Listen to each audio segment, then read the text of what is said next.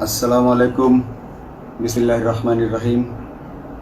আমি বাংলাদেশ পুলিশের একজন কর্মকর্তা এসআই মাসুদ রানা। আমি আপনাদের কাছে কিছু তথ্য তুলে ধরতে চাই, যেটা বাংলাদেশের মানুষ অনেক দিন ধরেই জানে না, বা তারা এ প্রশ্নের উত্তর খুঁজছে অনেক বছর ধরে, কিন্তু কোনো উত্তর খুঁজে পায়নি। আজকে যাকে সেনাবাহিনী থেকে অব্যাহতি দেওয়া হলো, মেজর জেনারেল জিয়াউল হাসান, যিনি এনটিএমসির প্রধান ছিলেন এবং তিনি র্যাবের অতিরিক্ত পরিচালক ছিলেন। অতিরিক্ত পরিচালক অপারেশন। তিনি মেজর থাকতেই র্যাবে ছিলেন এবং বাংলাদেশে যত গুম খুন হয়েছে, বিএনপি সহ অন্যান্য যারা অ্যাক্টিভিস্ট, সেই গুম খুনের সাথে জড়িত এই জিয়াউল হাসান। অনেক নেতাদেরকেই র্যাবের কালো গাড়িতে করে সিভিলে ধরে আনা হতো,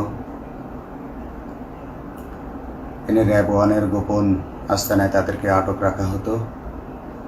এরপর তাদেরকে সময় মতো অজ্ঞাত স্থানে নিয়ে তাদেরকে হত্যা করা হতো এবং অজ্ঞাত স্থানেই তাদের লাশ হয়তো নদীতে ডুবিয়ে দেওয়া হতো, নয়তো তাদেরকে দাফন করা হতো, নয়তো অ্যাসিডের মাধ্যমে তাদের লাশকে গলিয়ে দেওয়া হতো। আমি 2014 অক্টোবর থেকে 2017 ডিসেম্বর পর্যন্ত র্যাব সদর দপ্তরে কর্মরত ছিলাম। তখন র্যাবের ডিজি ছিলেন বেনজির, যিনি আজকে দেশের হাজার হাজার কোটি টাকা চুরি করে, পুলিশের হাজার হাজার কোটি টাকা চুরি করে পালিয়ে গেছেন বিদেশে। তো আমি দেখেছি অনেক মানুষকে কিভাবে অন্যায়ভাবে গ্রেফতার করে নিয়ে গুম করে রাখা হতো। আমি রিসেপশনে ডিউটি করতাম। গুম হয়ে যাওয়া মানুষের স্বজনেরা আমার কাছে আসতো, কিন্তু আমাদেরকে কঠোর নজরদারিতে রাখা হতো। সিসি ক্যামেরার আওতায় ছিলাম, তাদের সাথে আমরা ওভাবে কথা বলতে পারতাম না। তাদেরকে কোনো তথ্য দেওয়া নিষেধ ছিল আমাদের জন্য। কিন্তু তাদের স্বজনরা আসলে এসে যখন এখানে কান্না করতো, আমি নিজেকে ধরে রাখতে পারিনি। আমি অনেকের স্বজনকেই তাদের স্বজনের, গুম হয়ে যাওয়া স্বজনের পরিণতির কথা জানিয়ে দিতাম। বিশেষ করে যাদেরকে মেরে ফেলা হতো, খুন করা হতো, তাদেরকে আমি খারাপ সংবাদটা দিতাম না। কিন্তু যাদেরকে বন্দি করে রাখা হতো, যেমন বিএনপি নেতা সালাউদ্দিন আহমেদকে যখন অ্যারেস্ট করে আনা হলো, তিনি অ্যারেস্ট করার সময় ধস্তাধস্তিতে মাথায় আঘাত পেয়েছিলেন। তাকে র্যাব ওয়ানের গোপন কক্ষে আটক করে রাখা হয়েছিল দীর্ঘদিন। এরপর তাকে এক সময় ভারতে পাচার করে দিয়ে আসা হয়।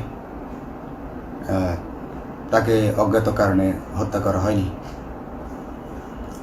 তার ফ্যামিলি এসেছিল, তার স্ত্রী হাসিনা আহমেদ, তার ভাই গিয়াসউদ্দিন আহমেদ। ওনারা আমার কাছে বেশ কয়েকবার এসেছেন। আমি কয়েকদিন ওনাদের এই উদ্বেগ, উৎকণ্ঠা, আমার সামনে বসে কান্নাকাটি দেখে আমি থাকতে পারিনি। আমি ওনাদেরকে কৌশলে আমার ফোন নাম্বার দিয়ে আমি ওনাদের সাথে দেখা করে ওনাদেরকে জানিয়ে দিই যে সালাউদ্দিন সাহেবকে হত্যা করা হয়নি, উনি জীবিত আছেন এবং ওনাকে হত্যা করার সিদ্ধান্ত নেওয়া হয়নি। এই সিদ্ধান্তগুলো যিনি নিতেন তিনি হচ্ছেন বর্তমানে মেজর জেনারেল জিয়াউল হাসান, যাকে আজকে অব্যাহতি দেওয়া হয়েছে। শুধু অব্যাহতি যদি দেয়া হয়, তাকে যদি বিচারের মুখোমুখি করা না হয়, তাহলে এই আন্দোলনের, এই স্বাধীনতার কোনো মূল্য থাকবে না। আমি আজকে আর কাউকে ভয় পাই না। আমি আজকে বিশ্বাস করি যে আজকে আমাকে এই সত্য বলার জন্য কেউ গুম করে দিতে পারবে না, এই সত্য বলার জন্য কেউ আমাকে অ্যারেস্ট করবে না। সেই কারণে আমি বুকে সাহস নিয়ে আজকে কথাগুলো বলছি। আপনারা যারা বিএনপি নেতা ইলিয়াস আলীর অপেক্ষায় আছেন, তাদের জন্য দুঃখজনক সংবাদ। তাকে অনেক আগেই হত্যা করা হয়েছে। তাকে পতেঙ্গা সমুদ্র সৈকত দিয়ে কড়া পাহারায় সাগরের মাঝখানে নিয়ে স্পিড বোটের মাধ্যমে মুখে পলিথিন পেঁচিয়ে হত্যা করে, তার পেট ছুরি দিয়ে ছিদ্র করে, তাকে পাথর দিয়ে বেঁধে সাগরে ডুবিয়ে দেওয়া হয়েছে। শুধু ইলিয়াস আলী নয়, অনেক নেতার সন্ধান যারা আজও পাননি। কিছু মানুষ তো ঘর থেকে উদ্ধার হয়েছে, কিন্তু যাদেরকে আপনারা পাননি তাদের সবার এই করুণ পরিণতি হয়েছে। আমি যদিও তারা এই কাজগুলো অতি গোপনে করত এবং র্যাবের অন্যান্য শাখার কর্মরত কর্মকর্তা কর্মচারীরা এটা জানতো না, কিন্তু আমি অত্যন্ত বিচক্ষণভাবে আমি এই খবরগুলো নিতাম, কারণ আমি জানতাম এগুলো একদিন আমি প্রকাশ করতে পারবো। এবং এই দিনটার অপেক্ষায় ছিলাম আজকে এত বছর, মানুষের কাছে সত্য প্রকাশের। বাংলাদেশের মানুষ জানুক যে কারা খুনি, কারা এত মানুষকে খুন করেছে, এই দেশ থেকে এই দেশে ত্রাসের রাজত্ব কায়েম করেছে। তারা মাদকের ক্রস ফায়ারের নামে যে হত্যা ট্র্যাডিশন চালু করেছিল, এই ট্র্যাডিশনের উদ্দেশ্য ছিল বিরোধী দলের লোকজনকে হত্যা করা। কারণ পুলিশ এবং সেনাবাহিনীর অনেকেই মানুষ হত্যা করতে ভয় পেত, তারা এটাতে অভ্যস্ত ছিল না। অনেকেই অনেক সাহসী, কিন্তু একটা মানুষকে হত্যা করার পর তারা আর ঘুমাতে পারতো না, তাই তারা এসব কাজ করতো না। কিন্তু খুনে হাসিনা কিছু মানুষকে এভাবে হত্যা করতে করতে পুরস্কৃত করার মাধ্যমে হত্যা করতে অভ্যস্ত করে ফেলে। তারাই এই গ্রেফতারকৃত এই গুমকৃত মানুষদেরকে গুলি করে হত্যা করত। এবং তারা এতটাই নিষ্ঠুর যে তারা এক একজন কয়েক শত করে হত্যা করেছে। এবং এই মানুষগুলোর সংখ্যা বেশি নয়, কারণ সবাই লাশ দেখতে পারে না।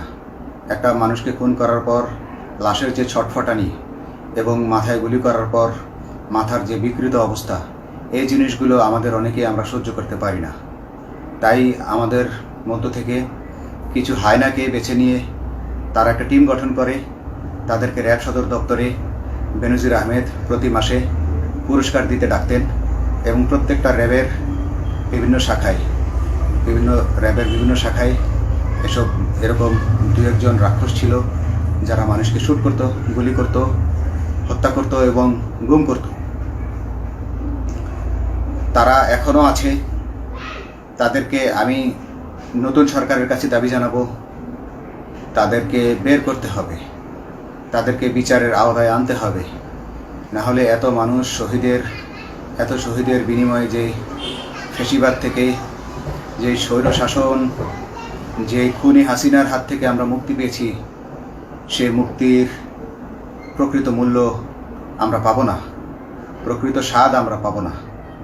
এই খুনিদেরকে বের করতে হবে, এই খুনিদেরকে বের করে আইনের আওতায় আনতে হবে। বাংলাদেশ পুলিশ কখনোই গুলি করতে অভ্যস্ত ছিল না। আপনারা জানেন একসময় পুলিশ যে গুলি করতো না, এটা নিয়ে অনেক ব্যঙ্গচিত্র ছাপা হতো পত্রিকাগুলোতে, যে গুলি না করতে গুলি খেলনার বন্দুকে পরিণত হয়েছে। তো কিন্তু সেই নিরীহ পুলিশকে, রক্তপিপাসু